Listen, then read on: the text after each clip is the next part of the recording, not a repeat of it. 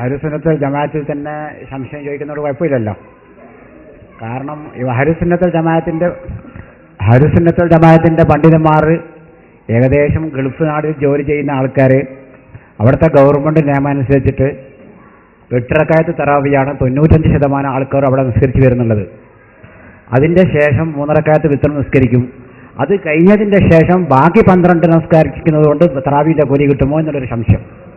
തറാവീഹ് 8 ഗൾഫിലെ 95% നിസ്കരിക്കുന്നത് എന്ന് എൻ്റെ സുഹൃത്ത് മനസ്സിലാക്കിയത് ശതമാനത്തിൽ തെറ്റുപറ്റിയിട്ടുണ്ട് എന്ന് നിങ്ങൾ മനസ്സിലാക്കണം. വിശുദ്ധ ഹറമൈനി മദീനയിലും മക്കയിലും 2 ഹറമുകളിലും ഇപ്പോഴും 20 റക്അത്താണ് നിസ്കരിക്കുന്നത്. അവിടെ പോയവർക്കറിയാം, എൻ്റെ സദസ്സിൽ അവിടെ പോയവരുണ്ടാവും. അവിടെ പോകണമെന്നില്ല, ചിലപ്പോ വീട്ടിലിരുന്ന് ടെലിവിഷൻ കണ്ടാലും അതിന്റെ കാസറ്റ് കണ്ടാലും ഒക്കെ എല്ലാവർക്കും അറിയാം. മദീനയിലും മക്കയിലുമാണ് ഏറ്റവും കൂടുതൽ ആളുകൾ തറാവീഹിന് വരുന്നത്. അവിടെ നിസ്കരിക്കുന്നത് 20 അല്ലേ? തർക്കമുണ്ടോ? ഇല്ല. മുജാഹിദുകൾ നമ്മോട് ചിലപ്പോൾ പറയാറുണ്ട്, നിങ്ങൾ മക്കയിലേക്ക് നോക്കാറില്ലേ? പക്ഷേ തറാവീഹിന്റെ വിഷയം എത്തുമ്പോൾ അവർ പറയും, മക്കയല്ല ഞങ്ങളുടെ തെളിവ്, ഞങ്ങളുടെ തെളിവ് ഖുർആനും സുന്നത്തുമാണ്. അപ്പൊ അതുകൊണ്ട് പറയുന്നു, ഗൾഫ് രാഷ്ട്രങ്ങളുടെ എന്നല്ല മുസ്ലിം ലോകത്തിന്റെ കേന്ദ്രമായ മക്കയിലും മദീനയിലും ഇന്നും 20 റക്അത്താണ്. അതേ സമയത്ത് ചില മുറി മൗലവിമാർ ഇമാമത്ത് നിൽക്കുന്ന ഏതെങ്കിലും പള്ളികളിൽ 8 നിസ്കരിക്കുന്നുണ്ടാകും. സുഹൃത്തിനോട് പറയുന്നു, 8 നിസ്കരിക്കുന്ന ആളുകളെ തുടർന്ന് 8 നിസ്കരിക്കുകയും പിന്നീട് 12 നിസ്കരിക്കുകയും ചെയ്താൽ ഒരിക്കലും അത് തറാവീഹ് ആവുകയില്ല. കാരണം 8 എന്ന നിലക്ക് തറാവീഹ് നിസ്കരിച്ചാൽ ആ നിസ്കാരം തന്നെ ശരിയല്ല. 8 എന്ന രൂപത്തിലുള്ള ഒരു തറാവീഹ് ഇസ്ലാമിലില്ല.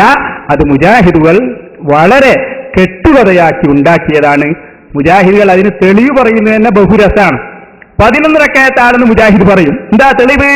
ആയിഷ റളിയല്ലാഹു അൻഹ പറഞ്ഞിട്ടുണ്ട്, ഹദീസ്, റമദാനിലും അല്ലാത്ത കാലത്തും നബി സല്ലല്ലാഹു അലൈഹി വസല്ലം തങ്ങൾ 11നേക്കാൾ കൂട്ടാറില്ല.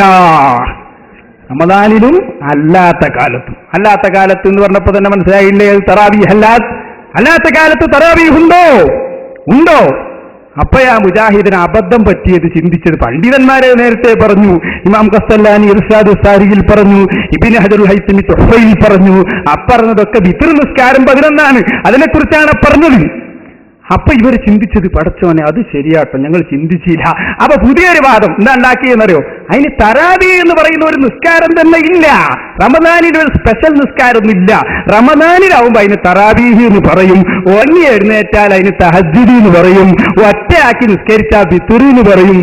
പണ്ടൊരാൾ പറഞ്ഞു, എന്റെ വിരിപ്പും പോയി, പുതപ്പും പോയി, തുണിയും പോയി.